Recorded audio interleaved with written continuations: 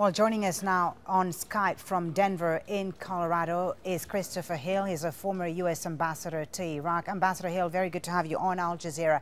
As you heard Rosalind Jordan say there, for now the U.S. is providing air support. The U.S. is very clear in saying that this is an Iraqi military-led operation. However, many people expect this to be a very tough battle. It's not going to be easy to retake Mosul.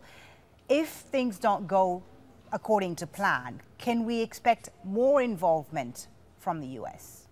Well, I think the U.S. has done a lot to invest in this operation. First of all, there was the effort to try to hold back the Iraqis until the U.S. kind of felt they were ready. In the meantime, President Obama has invested a lot in this because he's been telling the American people for some time now that we have made tremendous progress against ISIS. So I think we've come to a kind of a culminating moment here. And I don't think people are talking about what happens if we fail. I think what they're talking about is what happens when we succeed. For example, will the Kurds be satisfied with what they have there? Will they try to move their zone of control? How will the Shia militia groups that apparently are going to be deployed over on the west side of Mosul as a kind of blocking action, how are they going to behave when people come streaming out of Mosul? How will the Sunni leadership in the country behave? Will Mosul and Nineveh become more of a Sunni stand, or will it be accepting of a Shia-led political process in Baghdad? Will the Shia do as your commentator suggested they needed to do, which is to reach out to the Sunnis? And finally, will the Sunnis really accept the reality of Shia-led rule in Baghdad? So there are a host of questions, right. And that's even assuming its success in getting ISIS out of Mosul. I do believe they will succeed with that. But it's, as you say, it's not just about defeating ISIL in Mosul, is it? What happens next is very critical.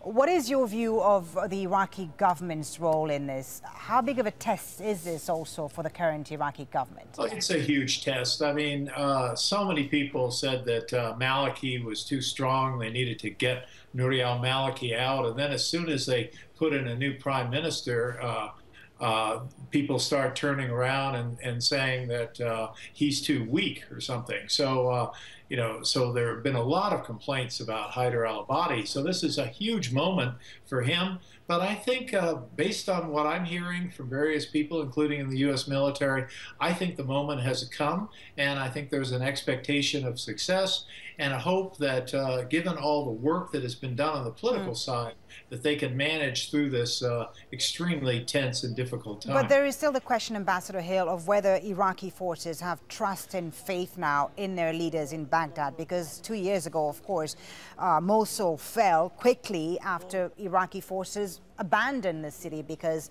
there were concerns about the government in Baghdad and the sectarian issue, as you alluded to. Has that changed in the last 2 years?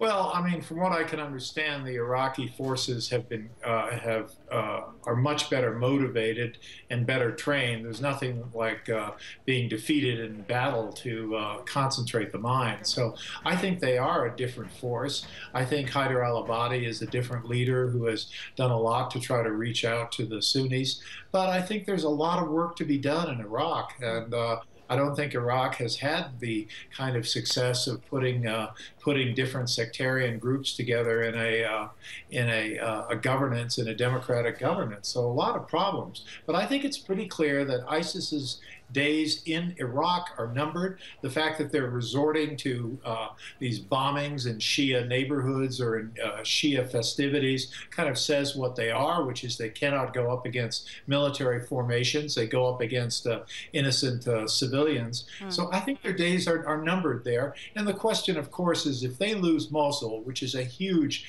prize, I mean, far bigger than the so-called capital in Raqqa in Syria, I think this could be the beginning of the end for ISIS. It doesn't mean the conflict in Syria is over. That has a whole other dynamic, whole other groups. But with respect to ISIS, I do believe we're making progress. If they do win, and we're not there yet because this is expected to be a very long battle, if they do win, as you say, it could perhaps mark a shift in Syria, but Syria is much more complicated, of course. Yes. how do you see what's happening in Iraq affecting the situation in Syria, not just vis-a-vis ISIS, but also with the government, Syrian government forces and Russia's involvement there?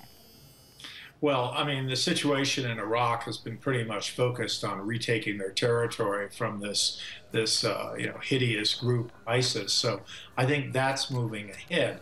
But I think the problem in Iraq remains the great difficulty of governance. You have a Sunni community, Sunni Arab community that has never really accepted the reality of this Shia-led governance. And at the same time, you have Shia who have not adequately in any way, shape, or form reached out to the Sunnis. So I think Iraq will be consumed by its own difficulties there. And I haven't even mentioned the issue of managing the Kurds, because the Kurds in Iraq have been directly involved with Kurds elsewhere, especially in Syria.